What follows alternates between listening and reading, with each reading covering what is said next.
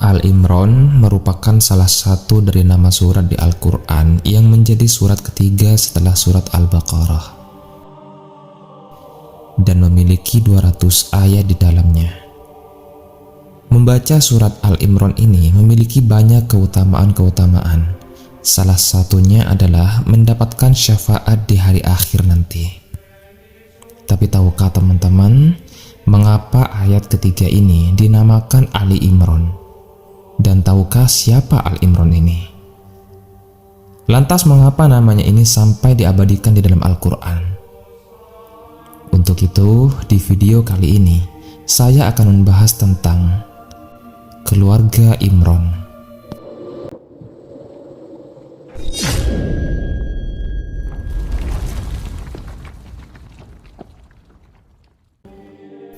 Assalamualaikum warahmatullahi wabarakatuh. Teman-temanku yang dimuliakan oleh Allah, semoga kita selalu dalam keadaan sehat walafiat. Amin ya rabbal alamin. Ali Imran ini jika diterjemahkan, Al atau Ali itu artinya keluarga atau pengikut. Singkatan dari Al seperti Al-Sunnah misalkan, artinya pengikut sunnah, dan Al juga bermakna keluarga. Disingkat menjadi Al. Terus jika keduanya digabungkan memiliki arti Ali Imran atau keluarganya Imran. Maka siapakah Imran ini? Ada dua perbedaan pendapat dari para ulama mengenai siapakah keluarga Imran ini. Pendapat pertama mengatakan bahwa keluarga Imran ini adalah keluarganya Nabi Musa alaihissalam karena Musa bin Imran. Imran ini bapaknya dari Nabi Musa alaihissalam. Sementara pendapat yang kedua mengatakan bahwasanya yang dimaksud dengan Ali Imran ini adalah bapaknya Maryam, Isa ibnu Maryam binti Imran, kakeknya Nabi Isa alaihissalam atau bapaknya Maryam. Wallahu a'lam bishawab. Pendapat yang lebih kuat adalah pendapat yang kedua, bahwasanya yang dimaksud dengan Ali Imran adalah keluarga dari Nabi Isa ibnu Maryam. Karena melihat dari urutan di Al-Quran setelah Allah bercerita tentang keluarga Imran, kemudian Allah lanjutkan ceritanya mengenai Maryam dan Isa. Makanya sekarang kita akan bahas Ali Imran ini dengan sudut pandang keluarganya Nabi Isa. Kisah ini terdapat di dalam Al-Quran surat ketiga. Karena beberapa isi dari Al-Quran memang sebagian menceritakan tentang sejarah. Dan sejarah yang diceritakan Al-Quran adalah sejarah yang paling akurat. Karena Al-Quran bersumber dari sang pemilik sejarah, yakni Allah Subhanahu wa Ta'ala. Bahkan ada beberapa sejarah yang tidak bisa dituliskan oleh manusia, namun di dalam Al-Quran ini ada. Bayangkan saja teman-teman, siapa yang sanggup menuliskan sejarah dari penciptaan Nabi Adam kalau bukan Allah saja yang dapat menceritakannya? Teman-temanku seiman, kita mulai saja kisahnya teman-teman. Imran adalah orang soleh di kalangan Bani Israel ketika itu. Namun Imran ini bukan nabi, melainkan hanya orang yang bertauhid kepada Allah. Imran memiliki seorang istri bernama Hannah. Hannah ini punya bapak bernama Fakoza. Jadi Hannah binti Fakoza, sanadnya begitu teman-teman. Nah, Hannah ini punya saudara perempuan yang menjadi istri dari Nabiullah Zakaria. Nabi Zakaria ini adalah nabi yang ketika itu dikenal sebagai ahli ilmu yang berdomisili di suatu tempat ibadah dan hidupnya difokuskan untuk mengabdi kepada Allah Subhanahu wa Ta'ala.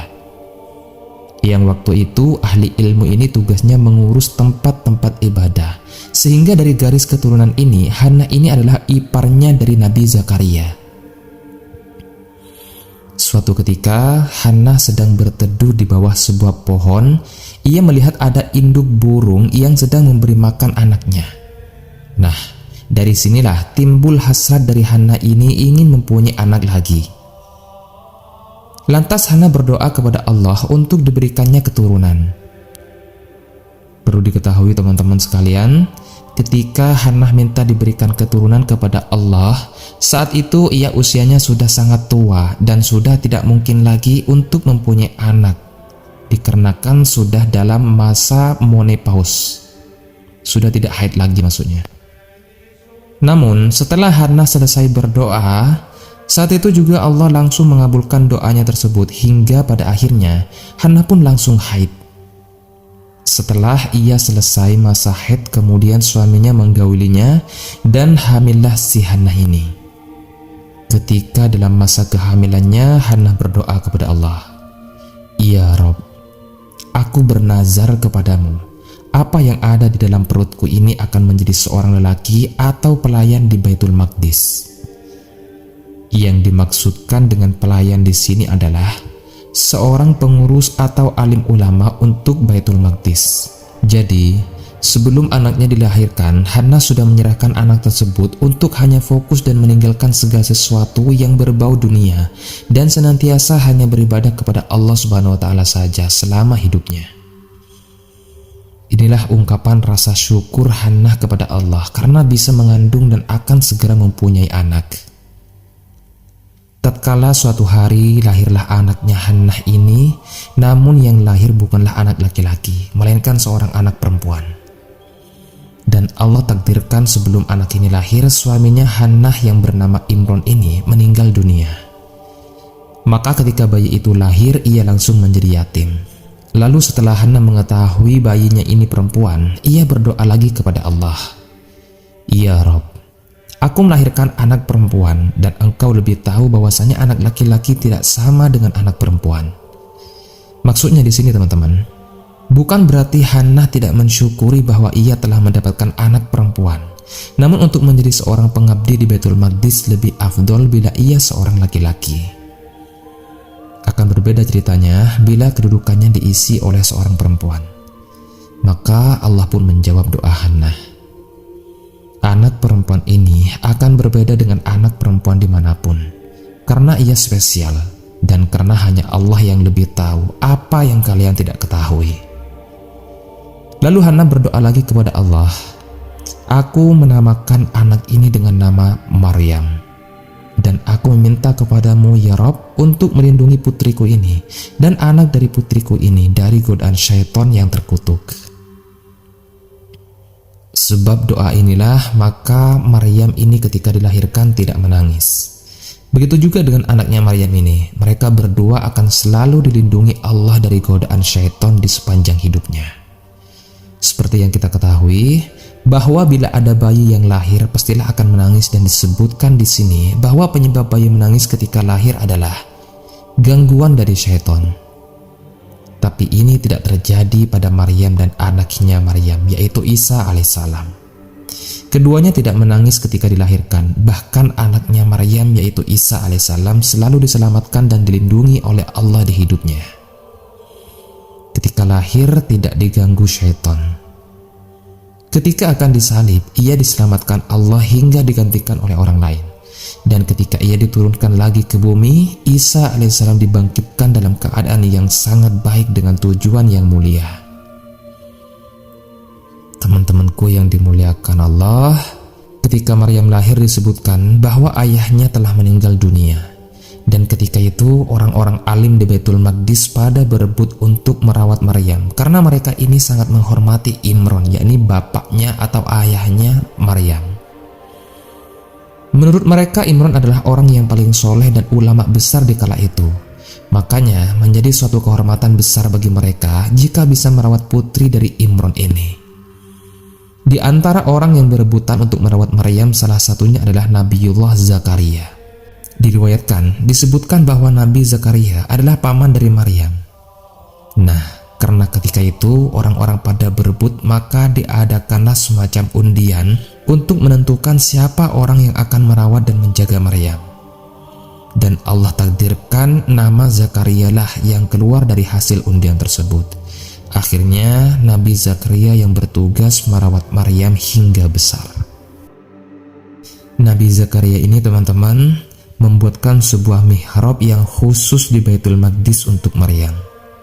Mihrab di sini dimaksudkan sebuah spesies khusus untuk beribadah. Tempatnya dibuat agak tinggi sehingga kalau ingin masuk ke dalam, mihrabnya Maryam ini harus menaiki beberapa anak tangga. Jadi semacam tempat ibadah dan sekaligus menjadi tempat tinggalnya Maryam. Kesehariannya Maryam selalu berada di dalam mihrabnya, makanya ia selalu terjaga auratnya dari siapapun yang hendak melihatnya. Maka tak ada satupun orang yang bisa berjumpa dengan Maryam saat itu, kecuali Nabi Zakaria. Ya mungkin karena Nabi Zakaria lah yang diberikan amanah untuk merawat Maryam. Jadi setiap hari Nabi Zakaria mengantarkan makanan untuk Maryam di mihrabnya. Tapi setiap kali Nabi Zakaria ini ingin meletakkan makanan yang diantarnya itu, selalu ada makanan di bawah tempat Zakaria biasa meletakkan makanan yang ada di antaranya. Maka Nabi Zakaria pun heran karena tak ada seorang pun kecuali dia yang bisa masuk ke dalam mihrabnya Maryam. Lantas Zakaria pun bertanya kepada Maryam mengenai siapa orang yang meletakkan makanan ini selain Zakaria. Maka Maryam pun berkata bahwa Allah lah yang memberikan makanan itu. Jadi teman-temanku sekalian, ini adalah salah satu karomah yang dimiliki oleh Maryam ibunda Isa alaihissalam. Ia berdoa meminta makanan, maka akan langsung dikasih makanan, karena Allah ingin memuliakan Maryam. Nah, makanan yang ada di wadahnya Maryam ini sungguh aneh teman-teman. Contohnya pada saat musim panas, di wadah makanan Maryam ini ada buah-buahan dari musim dingin. Terus ketika tidak sedang dalam masa panen pada buah-buahan tertentu, tapi di wadahnya Maryam ini malahan ada buah itu. Sedangkan dicarinya saja sangat sulit teman-teman, dikarenakan tidak sedang dalam masa panen. Jadi begitulah Allah menunjukkan kekuasaan dan kasih sayangnya kepada hambanya. Seiring berjalannya waktu, Maryam tumbuh menjadi dewasa. Seumur hidupnya ia habiskan untuk beribadah kepada Allah dan tidak menikah. Seluruh masyarakat di Baitul Maqdis tahu bahwa Maryam adalah wanita yang sangat soleh dan senantiasa menjaga kemaluannya. Hingga pada suatu hari ketika Maryam sedang keluar dari kota Baitul Maqdis, hendak mau melakukan suatu ibadah, Allah mengirim malaikat Jibril dengan menjelma dalam bentuk laki-laki yang sangat tampan dengan maksud untuk menggoda Maryam di suatu tempat yang sangat sepi. Yang bahkan bila Maryam melakukan perzinahan dengan laki-laki ini, maka tak ada seorang pun yang mau melihatnya. Namun karena kesolehan dan sifat takutnya kepada Allah, Maryam berkata kepada laki-laki ini, "Aku berlindung kepada Allah dari gangguanmu. Hendaknya kau bertakwa dan takutlah kepada Allah Subhanahu wa Ta'ala." Namun sesungguhnya laki-laki tampan itu adalah Jibril yang diutus oleh Allah. Malaikat Jibril pun berkata kepada Maryam, "Sesungguhnya aku adalah utusan Allah yang akan mengabarkan bahwasanya kamu sebentar lagi akan memiliki anak." Jika dipikir secara logika teman-teman, bagaimana bisa ada seorang wanita yang tidak menikah dan senantiasa menjaga kesuciannya bisa mempunyai anak? Namun apa saja bisa atas izin Allah Subhanahu wa Ta'ala. Maka akhirnya Maryam pun hamil. Tentunya ini adalah ujian yang sangat berat untuk wanita soleh yang selalu menjaga pandangan dan kesuciannya terhadap laki-laki. Bayangkan saja teman-teman, Maryam ini wanita solehah, anak dari imam besarnya Baitul Maqdis. Lama tak ada kabar, tiba-tiba muncul, terus dalam keadaan hamil, dan ia bingung bagaimana ia menjelaskan kepada orang-orang Baitul Maqdis nantinya. Karena kondisi kehamilannya ini, Maryam pun pergi menjauh dari orang-orang karena masih tak tahu harus berkata apa tentang kejadian ini. Akan banyak orang yang tidak percaya apa yang ia ceritakan mengenai kejadian sebenarnya tentang peristiwa kehamilannya. Seiring berjalannya waktu, ketika Maryam sudah hampir tiba di masa-masa melahirkan, ia merasa kelaparan dan kehausan ketika itu. Dan Allah menyuruh Maryam untuk menggoyangkan sedikit batang pohon kurma yang ada di dekatnya. Maka digoncangkanlah pohon kurma tersebut. Maka kurma-kurma yang ada di pohon mulai berjatuhan dalam jumlah yang banyak. Jika dilogikakan teman-teman, pohon kurma ini kan besar dan punya batang yang tinggi. Orang biasa pun tidak akan sanggup untuk mengguncangkannya hingga kurma di pohon itu bisa jatuh. Apalagi seorang perempuan yang sedang hamil. Tentunya berbeda tenaganya dengan orang biasa yang tidak sedang hamil. Maka kalau mau kurma, ya mungkin harus naik ke atas pohon. Tapi sekali lagi, Allah ingin memuliakan hambanya untuk menjaga Maryam dan anak di dalam kandungannya.